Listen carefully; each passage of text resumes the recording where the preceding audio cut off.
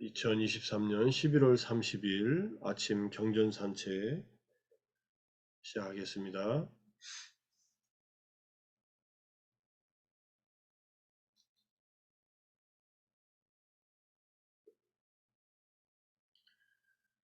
법구경 188번 개송과 189번 개송 14장 붓다품의 6번째 이야기 악기다타 바라문 이야기입니다. 개송을 먼저 보면요. 정말로 많은 이들은 산들과 숲들을 피난처로 한다. 두려움에 떠는 사람들은 동산과 밀림의 탐묘를 피난처로 한다.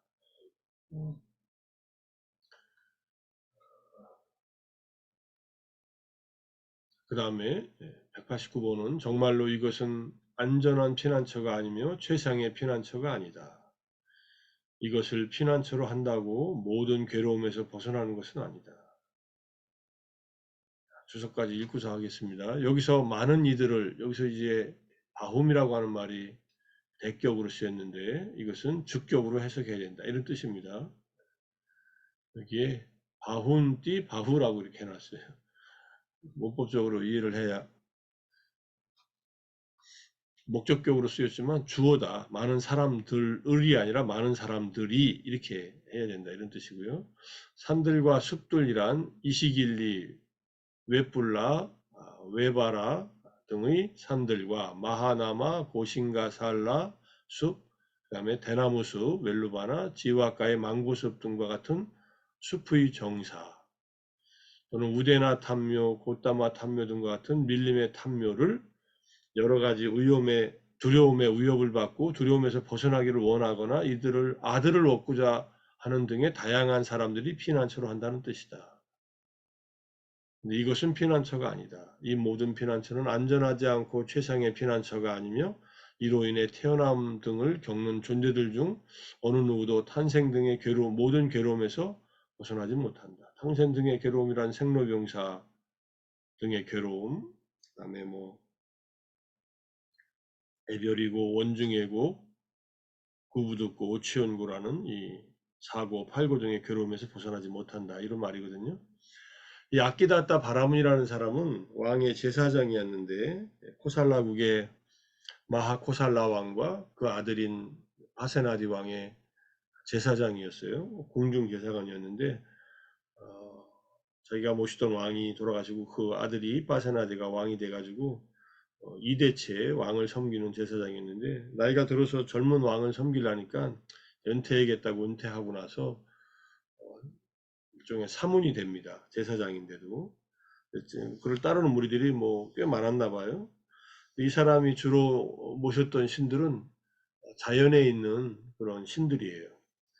요즘 우리말로 하면은 성황당 같은 성황당이나 또는 산신이나 이런 그런 신들을 모셔서 여기 지금 산들과 습들 속에서 동산과 밀림의 탑묘, 이때 탑묘라고 하는 탑이 째띠아가 나오는데 이거는 불교의 탑묘가 아닙니다. 부처님 당시 때 이미 있었던 그 지역에 또는 어떤 신들을 모신 숲의 신이나 나무 신이나 밀림의 신이나 이런 신들을 모시는 사당 같은 데예요. 근데 이제 탑 같은 게 있었겠죠. 부처님도 그런 곳에서 많이 머뭅니다. 산속에 들어가면 그런 곳이 이제 안전하니까 그런 데 가서 이제 머물러서 이제 법회도 하고 그러셨지만은 그 이제 내용은 이제 뒤에 이제 경전 제가 찾아오는 데서 나오니까 한번 보시고 그런 데를 찾아가서 뭔가 피난처를 찾는다 이거죠. 살아나 우리가 붓담 살아남 가참회 할 때 이 살아남입니다. 살아남. 그런데 이런 곳은 진짜 피난처가 아니다.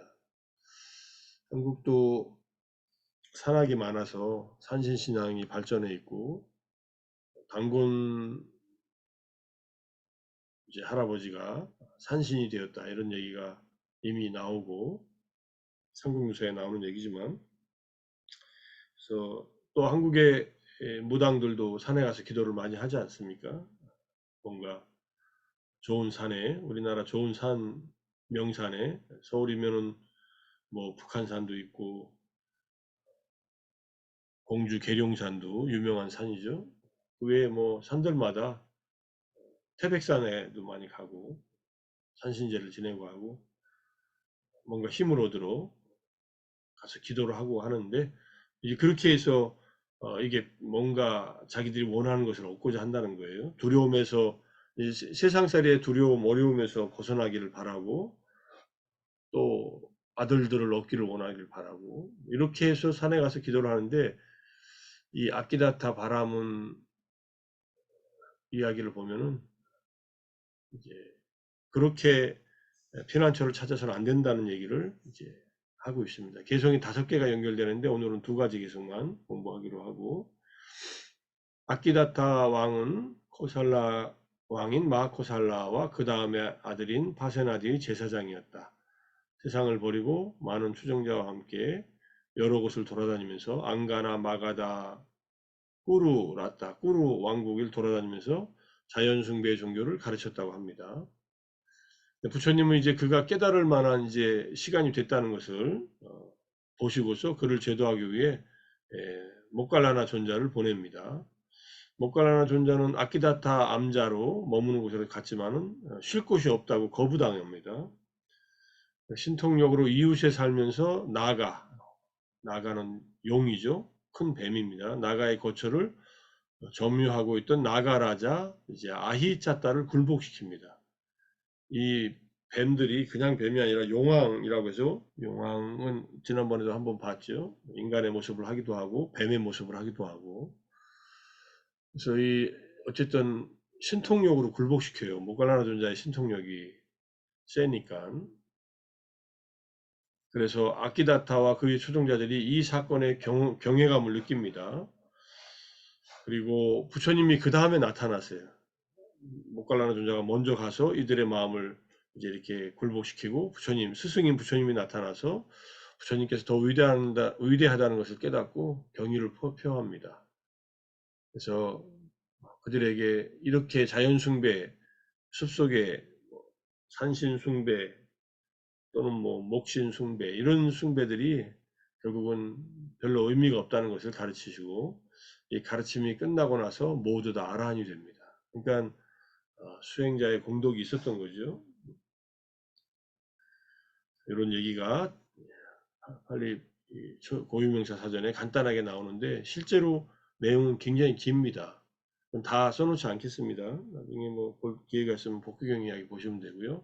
살아나라고 하는 게 우리가 붓담 살아나 할 때 살아남이 뭐냐? 가림막, 집, 피난처, 보호처를 말한다. 특히 3가지 의지처 해가지고 불법성 삼보를 말한다는 거. 이렇게 빨리 사전에서 PTS 빨리 사전에서 설명하고 있으니까 그렇게 보시면 되고요. 그 다음에 째띠아는 뭐냐? 봉분이나 안치의 기념물이다. 이렇게 돼 있어요. 불교적 째띠아의 이름으로 언급된 것은 불교적 째띠아라고 하는 게 아니라 불교 경전에서 째띠아로 언급된 것이 아칼라와 째띠아 또는 아난다 째띠아. 이거는 아난다 존자의 째띠아가 아니에요. 이미 아난다라는 어떤 이름을 가진 그런 존재들이 있었겠죠. 우데나 째띠아, 고타마카, 이것도 고타마가 부처님을 말하는 게 아닙니다. 짜빨라, 또는 쿠타반다나, 바후뿌따. 바후뿌따는 많은 아들 째띠아네요. 여기 가서 기도하면 아들을 많이 낳나 보죠. 사따 안바까, 뭐 이런 째띠아들이 있었다. 그냥 그 지역의 어떤 종교적인 기념물들, 주로 숲속에 있고 밀림 속에 있고 이런 째띠아들입니다.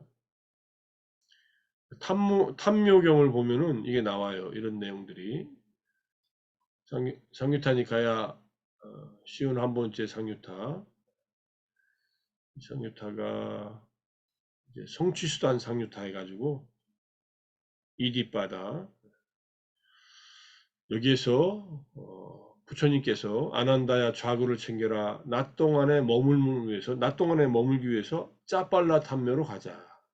탐묘에 대한 얘기가 쭉 설명이 되어 있습니다. 돌이나 흙, 벽돌 등을 쌓아서 만든 기념물, 분묘, 봉분을 말한다. 니까에서 째띠아는 불교의 탐묘를 지칭하는 말로는 거의 쓰이지 않는다. 불교의 탐묘는 오히려 뚜빠, 수투파, 탑이라고 했다. 이런 뜻이에요. 니까의 째띠아는 불교 이전부터 있었던 신성한 곳을 말하며 불교 수행자들 뿐만 아니라 여러 종교의 수행자들이 그들의 좋은 거주처가 되었고 부처님께서도 이런 째띠아에 많이 머무셨다. 그래서 여기 외살리에는 우데나 고따마카, 사땀바카, 바후뿌따, 다자탑이라고 하죠. 사란다나, 짜빨라 등 많은 탐묘들이 있었다. 여기에 또 보면요. 우데나 탐묘라는 것은 우데나 야카의 탐묘 자리에 만든 거처를 말한다. 고따마카 탐묘도 같은 뜻이다. 야카를 섬기는 곳이었다. 야카, 야차, 아주 힘센 신적인 존재입니다. 자, 그래서 짜발라 탐묘에 가셔서 앉으셨고 그 다음에 외살리는 아름답구나, 우데나 탐묘, 고따마카 탐묘, 사땀바카 탐묘, 바후프타 탐묘, 사란다나 탐묘, 짜발라 탐묘도 아름답다. 이런 내용이 나와요. 어쨌든 요거는 이제 부처님이 열반에 드시기 한 3달 전에 이렇게 말씀하시고 열애는 성취수단 4가지 사여의적을 갖추었기 때문에 살려고 한다면은 지금까지 살아온 만큼의 그 수명을 이제 80세를 사셨으니까 80세를 더 사실 수 있다. 이렇게 얘기하는데 안한존자가 그 말을 듣고서 그냥 제대로 주의 깊게 안 들어서 흘려버립니다. 그런 얘기들이 나오는 에피소드예요. 그래서 여러 가지 탐묘가 있었다는 얘기, 거기는 야카들을 섬기는 곳이었다는 것. 그러니까는 아키다타 그 바라문이 이런 야카들을 모셔놓은 이런 탐묘에 가서 주로 그런 신앙을 했다는 거죠. 뭐 사람들이 또 거기 찾아가지고 가서 기도를 올리고 또 공양도 하고 이랬겠죠. 그렇게 살았던 얘기입니다. 그 다음에 또 이거는 이제 마츠마니카야 4번째 와야 외라 수타라고 해서 두려움과 공포경입니다. 이거 유명한 경전. 여기서도 아라마 제띠아 동산의 탑전, 와나 제띠아 숲의 탑전, 루카 제띠아 밀림의 탑전. 루카는 나무인데 나무들이 들어선 곳이니까 밀림이겠죠. 뭐 그걸 와나라고도 할 수 있지만 이 3가지 제띠아가 나옵니다. 여기에 부처님께서 앞에 내용은 뭐 생략하고 보름 중에 14일과 15일, 8일은 상스러운 날로 알려져 있다.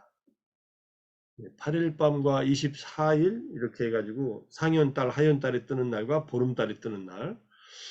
자, 그날 밤은 무시무시하고 소름 끼치는 동산의 탑전이나 숲의 탑전이나 밀림의 탑전 같은 그런 곳에 가서 내가 머물면 어떨까? 그날 밤은 무시무시하고 소름 끼친다는 것은 그런 사당이 있는 곳은 이런 분위기가 있었다는 얘기죠. 네. 아마도 두려움과 공포를 볼 수 있으리라. 부처님이 가셔가지고 두려움과 공포가 생기는 것이 아닌가라고 이렇게 생각을 하시고 왜 내가 꼭 두려움을 기대하면서 머물러야 하는가? 내가 어떠한 자세를 취하고 있을 때 두려움과 공포가 다가오던 그 자세를 유지한 채로 두려움과 공포를 물리치리라. 이렇게 해서 두려움과 공포를 물리치는 얘기가 쭉 나옵니다. 걸을 때 두려움과 공포가 다가왔다. 그러면 서지도 앉지도 눕지도 않고 포행하면서 두려움과 공포를 물리쳤다. 이런 얘기입니다. 그런 얘기가 이제 앞에서 나오고 그러니까 부처님께서 홀로 밤에 그런 탑전에 가서 머물면서 두려움과 공포가 몰려올 때 두려움과 공포는 그곳에 사는 약하들이 수행자들을 두렵게 하는 경우가 있습니다. 소리를 내고 나무를 흔들고 막 이렇게 하면서 그런 얘기들이 나오고요. 그 중에 이제 하나가 알라와카 경이라는 알라와카 야카와 관련된 얘기입니다. 상유타니카야 10번째 상유타, 이게 야카 상유타예요. 야카들, 우리는 한문으로 야차라고 하죠. 야차는 뭐 아수라와 같은 그런 존재, 뭐 그런 존재로 얘기되는데 알라와카 경은 수타니파타에도 나오는 경전인데 그 알라와카 수타를 이렇게 소다나 스님이 법문한 거를 비구 일창 담마 간다 스님이 이렇게 번역한 게 있어요. 나중에 한국 마하시선언에 가시면 책을 보실 수 있을 겁니다. 이건 자세하게 법문을 해놓으신 건데, 여기에 이제 부처님 왜 여길 가셨는가 하는 얘기가 여기 있습니다.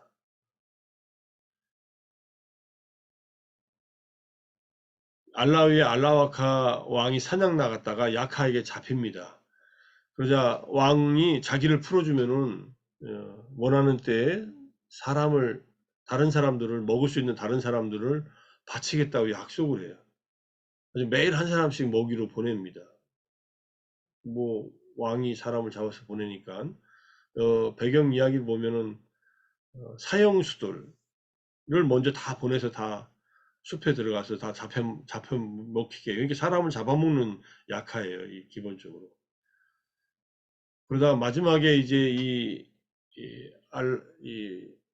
왕의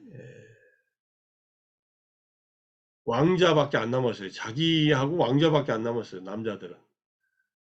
그래서 왕자를 보내는 날에 부처님께서 이제 가시는 겁니다. 그 야카의 사악함을 되돌리기 위해서 왕자가 보내기 전날 밤 동굴로 찾아갔다. 동굴로 들어가서 야카의 왕자에 앉아서 야카의 궁녀들에게 법을 설하고 계셨다. 야카가 사는 곳에 또 궁녀들이 있었다는 얘기예요. 아주 특이한 곳이었나 봅니다. 이 소식을 들은 야카가 화가 나서 알라이로 돌아와서 부처님하고 이제 논쟁을 벌이는 거예요. 사무녀 나가시오, 자기 집이니까. 그러니까 부처님이 나갑니다. 들어오시오 해가지고 들어옵니다. 세 번째 이렇게 얘기합니다. 그러니까 세 번째까지 나가요. 그리고 또 들어오니까 들어와요. 이렇게 말 잘 듣네 하고서 또 나가라고 그래요. 네 번째. 그러니까 부처님께서 나는 나가지 않을 것이니 그대가 하고 싶은 대로 하라. 그러니까 그대에게 여덟 가지 질문을 할 것인데 설명하지 못하면 마음을 돌게 만들거나 심장을 찢어버리거나 발을 잡고 겐지스강 전홍으로 던져버린다. 이렇게 협박을 하니까 주님께서 도바니오라고 그러잖아요. 도바니오라는 말보다 버시오 이렇게 불렀겠죠. 이 친구 이렇게 하면서 나를 죽이거나 이렇게 해를 끼칠 수 있는 존재는 없다. 하지만 원하는 것이 뭐든지 물어보라 해가지고 질문을 합니다. 원래 알라와카 이 야카가 옛날에 이 질문과 대답을 다 들었는데 대답은 기억 안 나고 질문만 기억이 나가지고 많은 수행자들을 이 질문을 통해서 곤란하게 한 다음에 답을 못하면 그렇게 집어 던지고 뭐 괴롭혔다는 그런 얘기가 나옵니다. 무엇이 인간의 으뜸가는 재화이며 무엇을 잘 닦아야 행복 가져옵니까? 무엇이 참으로 가장 뛰어난 맛이며 어떻게 살아야 으뜸가는 삶이라 부릅니까? 믿음이 가장 으뜸가는 재화이고 법을 잘 닦아야 행복을 가져오고 진리가 참으로 가장 뛰어난 맛. 이때 진리는 진실이에요. 이제 거짓을 말을 안 하는 것. 통찰지로 살아야 으뜸가는 삶이라고 부른다. 그 다음에 어떻게 폭류를 건너고 어떻게 험난한 바다를 건넙니까? 어떻게 괴로움을 극복하고 어떻게 청정하게 됩니까? 믿음으로 폭류를 건너고 불방일로 험난한 바다를 건너노라. 정진으로 괴로움을 극복하고 통찰지로 청정하게 되노라. 계속 질문을 합니다. 어떻게 통찰지를 얻고 어떻게 재물을 획득합니까? 어떻게 명성을 얻고 어떻게 친구를 내 편으로 만듭니까? 이 세상에서 저 세상으로 갈 때 어떻게 슬퍼하지 않습니까? 열반을 증득하기 위해서 아라한들의 법에 믿음을 가지고 방일하지 않고 주도 면밀한 자는 배우고자 함을 통해 통찰지를 얻는다. 적절한 것 행하고 충실하고 진취적인 사람은 재물을 획득하고 진실로서 명성을 얻고 보시로서 깊은 우정을 맺나니 이렇게 하면 이 세상에서 저 세상으로 갈 때 슬퍼하지 않는다. 이렇게 쭉 법문을 합니다. 그래서 알라와카가 마지막에 제가 왜 여러 사문과 바라문에게 물어보겠습니까? 오늘 저는 미래의 이익을 꿰뚫어 알았습니다. 부처님의 가르침을 듣고 깨달았다는 뜻이에요. 수타원이 됩니다. 그러니까 이런 사람 잡아먹는 이런 귀신 같은 존재들도 법을 듣고 수타원이 돼요. 부처님께서는 저의 이익을 위해서 이곳 알라위에 와서 머무십니다. 그걸 이제 파악한 거죠. 어디에 보시를 하면 큰 결실이 있는지를 저는 오늘 여기서 꿰뚫어 알았습니다. 부처님과 수승한 법에 귀의하고 예배하며 마을에서 마을로 다니고 이성에서 초성으로 다닐 것입니다. 이렇게 말하면서 끝납니다. 부처님께서 이렇게 흉악한 귀신도 제도하셨다. 부처님이 사타 대와 마누사람 천인사라고 하잖아요. 천신과 인간들의 스승이라고 할 때 이 약화 같은 존재도 대화 중에 한 무리로 볼 수 있고, 또는 인비인할 때 비인, 사람이 아닌 존재들, 그런데 사람처럼 생겼지만 사람 아닌 존재들로서 약화를 이렇게 제도하는 얘기들이 나옵니다. 약화 상유타에 그런 얘기가 많이 나와요. 그 다음에 여기에 이제 마지막에 그 다음에 또 하나 마라 견책경이라고 하는 마치마니카야 50번째 경이 있는데, 모칼라나 존자 이 위장 창자 속에 이 약화가, 마라라고 불리는 약화가 들어와 버려요. 그러니까 빙이 된 거죠. 일단 몸속에. 그 빙이 됐다고 하면 머리로 가지 않고 몸으로 들어와서, 이제 모칼라나 존자가 이렇게 보니까 이게 뭐가 속이 더부룩해서 보니까 여기에 이제 마라가 들어와 있어요. 그러니까 어떤 인간의 몸속으로 들어올 수도 있다는 거예요. 그래가지고 쫓아냅니다. 쫓아내니까는 얘가 바깥으로 튀쳐나가서 저기 문 옆에 서 있으니까 모칼라나 존재가 신통력으로 보잖아요. 인간들의 눈에는 보이지 않아요. 그러니까 이제 야단치고 뭐라 하는데, 재밌는 것은 전생에 모칼라나 존재도 전생에 이런 그 약화 중에 한 무리였고, 그때 이 모칼라나 존재가 몸속으로 들어온 이 약화가 자기 누이의 아들이에요. 조카였어요. 조카. 그러니까 긴 인연이 있었던 거예요. 그런 사례가 나와서 부처님이 이제 그 마라를 이제 견책하고 가르치는 얘기가 나오고, 또 하나는 어떤 젊은 스님이 출가 생활을 하다가 이제 환속하려고 집으로 왔는데, 몸속으로 전생의 어머니인 약화가 몸속으로 들어옵니다. 이 젊은 스님의 몸속으로. 금생의 어머니 앞에서 이제 내가 출가 생활 그만하고 집으로 돌아오고 싶다 하니까, 전생의 어머니인 약화가 그러면 안 되지 하면서 몸으로 들어와서 몸을 막 괴롭혀요. 환속하지 말라고. 그런 얘기도 나와요. 그래가지고 이제 괴로워하다가 다시금 마음을 먹고 다시 절로 돌아가서 이제 아라한이 됐다, 이런 얘기도 나와요. 그러니까 빙의가 됐다고 해서 꼭 나쁜 것은 아니더라고요. 우리가 가족들이 빙의 된다는 얘기 많이 하거든요. 그건 동아시아 이제 샤머니즘에서 많이 나오는 얘기입니다. 어떤 사람이 샤먼이 될 때 가족 중에 누구가, 전생의 어머니가 빙의 되는 경우도 있고, 모칼라나 존자처럼 전전생의 조카가 빙의 되는 경우도 있고 하니까, 그게 꼭 뭐 그렇게 나쁜 일만은 아니라는 그런 내용으로 나오니까. 그 다음에 여기 이제 이 가문경에 보면은, 비구가 자해를 통한 마음의 해탈을 닦지 않고 많이 공부짓지 않으면 비인간들의 침입을 받기 쉽다. 비인간들은 약하나 귀신 등을 말합니다. 아마누사. 그런데 자해를 통한 마음의 해탈을 많이 닦고 공부지으면 비인간들의 침입을 받기 어렵다. 자애심을 일으키면 왜 비인간들이 침입하기 어렵냐면요, 다른 선신들이 보호를 해요. 침입을 받기 쉽다는 것은 이게 몸으로 들어온다, 빙이 된다는 그런 얘기로 이해할 수 있죠. 그래서 우리가 자해명상의 11가지 이익 가운데 하나가 신들이 보호한다 할 때, 이 신들이 약화 중에서 선한 약화, 부처님이나 부처님의 법을 보호하는 지상에 사는 신들로서의 그런 선한 약화들도 있고, 그들 중에는 수타원이 되고 이렇게 깨달은 존재들도 있으니까, 알라와카 약화도 수타원이 됐으니까, 그래서 부처님이나 교법이나 또는 불법을 수호하는 그런 수호 신장이 되잖아요.